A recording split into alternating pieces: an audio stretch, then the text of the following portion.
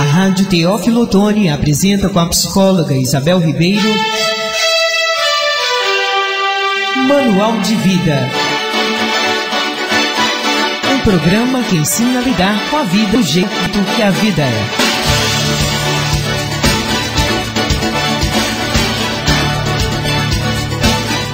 Bom dia, ouvintes da Rádio Teófilo Otoni, bem-vindos a mais um programa Manual de Vida. E hoje nós vamos falar sobre a paciência, como desenvolver a virtude da paciência. Eu vou começar aqui contando uma história sobre a paciência, a tartaruga. Quando menino, eu era impaciente, arreliado e áspero no tratamento com as outras pessoas. Quando desejava alguma coisa, ao invés de solicitar com educação, azucrinava os ouvidos alheios até para se livrarem de mim. Davam-me o que pretendia. Assim transformara-me em uma criança impertinente e pouco simpática. Eu percebia que aquilo aborrecia muito os meus pais, porém pouco me importava com isso, desde que obtivesse seria o que dava-me por satisfeito. Mas está claro, se eu importunava e agredia as pessoas, estas passaram a tratar-me de igual maneira. Cresci um pouco e de certa feita me percebi de que a situação era desconfortante. E me preocupei, sem entretanto saber como me modificar. O aprendizado me foi dado em um domingo, em que fui com meus pais e meus irmãos passar o dia no campo. Corremos e brincamos muito, até que para descansar um pouco, dirigi-me à margem do riacho que coleava entre um pequeno bosque e os campos. Ali encontrei uma coisa que parecia uma pedra capaz de andar. Era uma tartaruga. Examinei-a com cuidado e quando me aproximei mais, o estranho animal encolheu-se e fechou-se dentro de sua casca. Foi o que bastou. Imediatamente pretendi ela devia sair para fora e, tomando um pedaço de galho, comecei a cutucar os orifícios que havia na carapaça da tartaruga. Mas os meus esforços resultavam vãos, e eu estava ficando, como sempre, impaciente e irritado.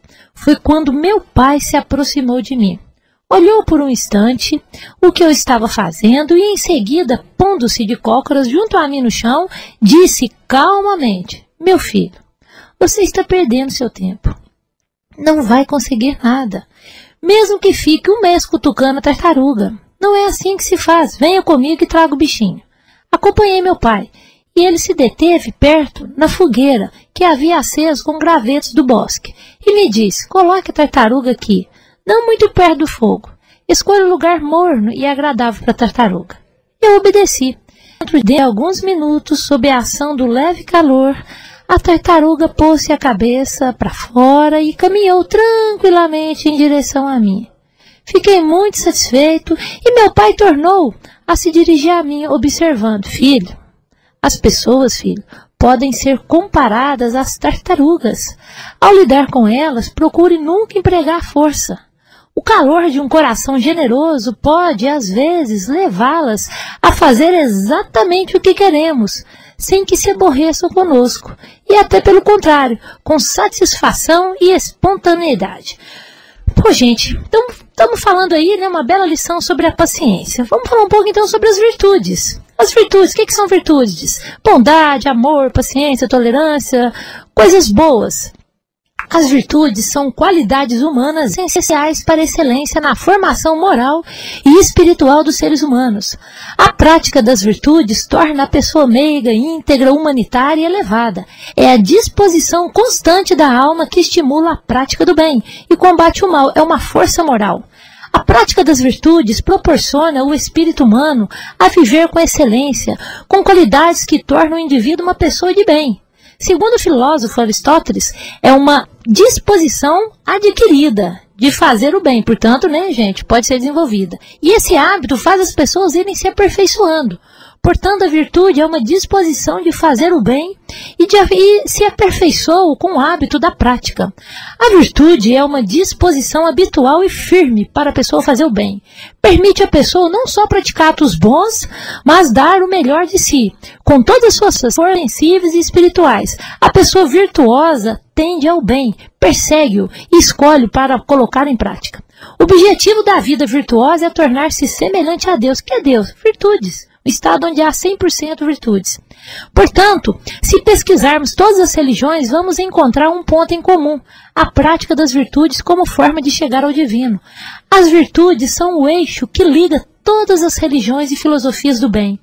Devemos nos esforçar para melhorar nossos valores, nossas virtudes interiores, independentemente de religiosos ou não.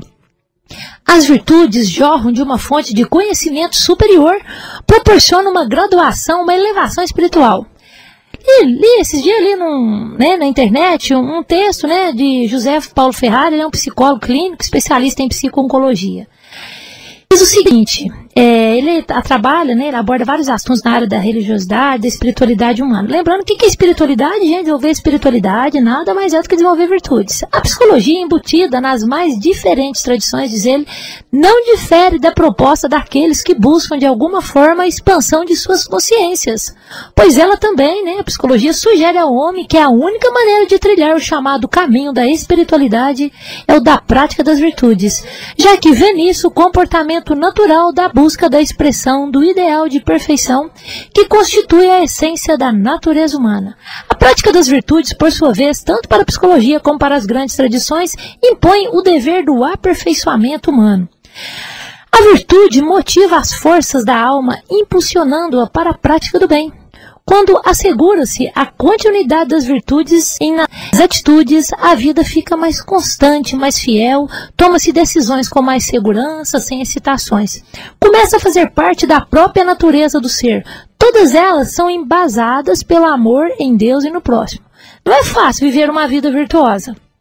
A vida reserva desafios no caminho e muitos atalhos aparecem escondidos pela ilusão, tais como vícios, medos e outros, que podem sabotar o caminhar. Quanto mais caminhamos em direção aos nossos sonhos, mais os pesadelos nos aparecem para testar e fazer com que possamos afiar as nossas virtudes. Todas as virtudes têm seu mérito, porque todas são indícios de progresso no caminho do bem. O que é uma virtude? É uma força que age ou que pode agir.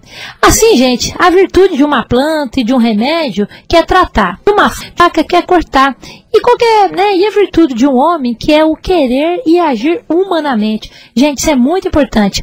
O que nos caracteriza como ser humano são os valores humanos, ou seja, as virtudes. Portanto, nós não podemos, o que nos caracteriza como ser humano são as nossas virtudes. Se a gente deixar de praticar as virtudes, nós vamos deixar de ser humano e vamos virar animal. Vamos falar então paciência, que é a virtude de hoje. Mais do que a simples calma, a paciência representa a capacidade de permanecer com a mente serena, em qualquer situação, aceitando voluntariamente as adversidades e confiando que aconteça o que acontecer será para o seu bem. Ela seria, em linhas gerais, uma compilação da tolerância, da resignação e da fé. Mas é preciso, entretanto, diferenciar a paciência da supressão da raiva. Quando você simplesmente fica emergida ali, persiste como ressentimento. E a paz e a harmonia não são possíveis enquanto houver mágoa. A paciência seria então o contrário da raiva, a possibilidade de perceber as dificuldades e defeitos dos outros e de compreendê-los, sem julgar, criticar ou condenar. Algo que não é fácil, é claro, mas que pode ser conquistado pouco a pouco. Outro alicerce dessa virtude é a esperança, assim como o dia seguido pela noite e a noite pelo dia, bons e maus períodos, gente, se sucedem. Quando houver maus períodos, tome coragem e pense que o sofrimento não durará para sempre. Lembre-se, não há dor que dure para sempre. Depois da chuva, o sol sempre aparece.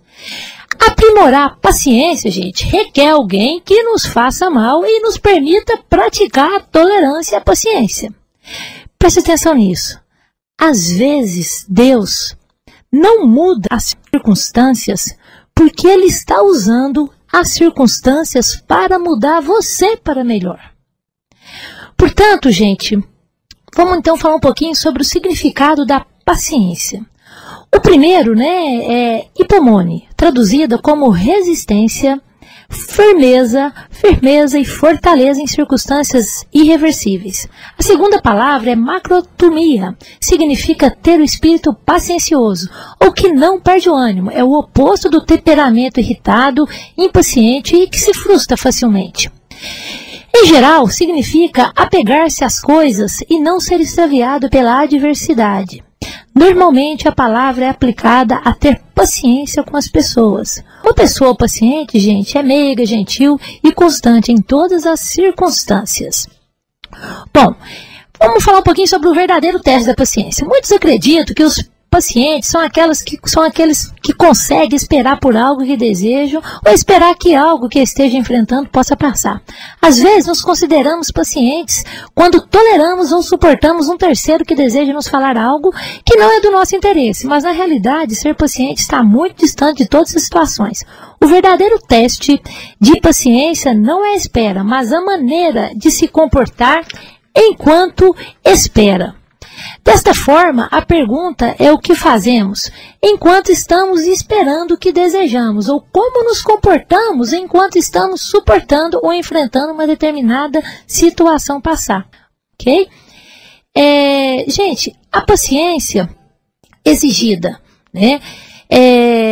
Os locais de trabalho, as casas, são uma mistura de pessoas de várias origens e culturas. Também inclui pessoas que estão em diferentes degraus na escada da maturidade, do crescimento pessoal, espiritual e profissional.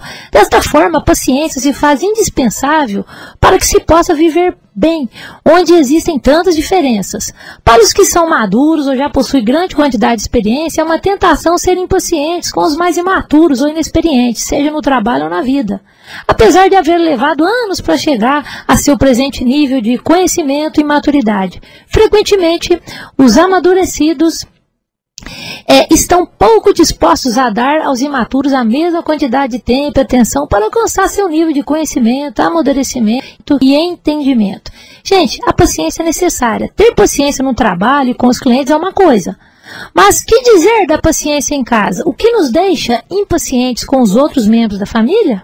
Se pergunte, o que te deixa impaciente com os membros da sua família? Pare e pense, respondendo sinceramente. Você demonstra a seus familiares a mesma medida de paciência que tem demonstrado a seus colegas de trabalho, encarregados e clientes? Por que razão, gente? Muitas vezes você é capaz de manter calmo e paciente com pessoas que não fazem parte do seu círculo familiar, mas com seus familiares, principalmente esposo, esposa, filhos, filhas. Nem sempre é assim. Das várias competências que são exigidas de todos os que desejam conviver bem nos seus círculos familiares ou no ambiente de trabalho, a paciência tem se mostrado imensamente necessária, principalmente onde temos a tendência de minimizar o tempo, na urgência de atendermos todos os compromissos que nos são apresentados. Provavelmente, se pudermos ser pacientes em casa com os que estão sempre juntos de nós, seremos pacientes também com os outros, os de fora, ok? Bom, gente, segundo a psicologia, ter paciência é a força interior de não se deixar levar pela negatividade. Ter paciência é escolher manter a clareza emocional quando o outro já perdeu. Nesse sentido, ter paciência é decidir manter sua mente limpa, livre da contaminação da raiva e do apego. Bom, gente, eu quero terminar aqui o programa de hoje com uma história. E para a gente terminar, para saber se estamos praticando verdadeiramente a paciência, podemos observar o quanto nossas palavras e comportamentos têm ferido os outros. Do mesmo modo, estaremos nos machucando menos e se respeitarmos a necessidade natural de ter tempo e espaço para estar com as nossas emoções, sejam elas positivas ou negativas. Antes de eu contar a história, gente, a psicologia orienta que da próxima vez que você pensar, a gente deve trocar a palavra paciência por espaço. Da próxima vez que você pensar, preciso de paciência com fulano, diga para si mesmo, preciso criar espaço entre mim e fulano. Não se trata de distanciar de alguém, como numa fuga, mas sim de recuperar o seu controle emocional. Então, dá um tempo que ele volta.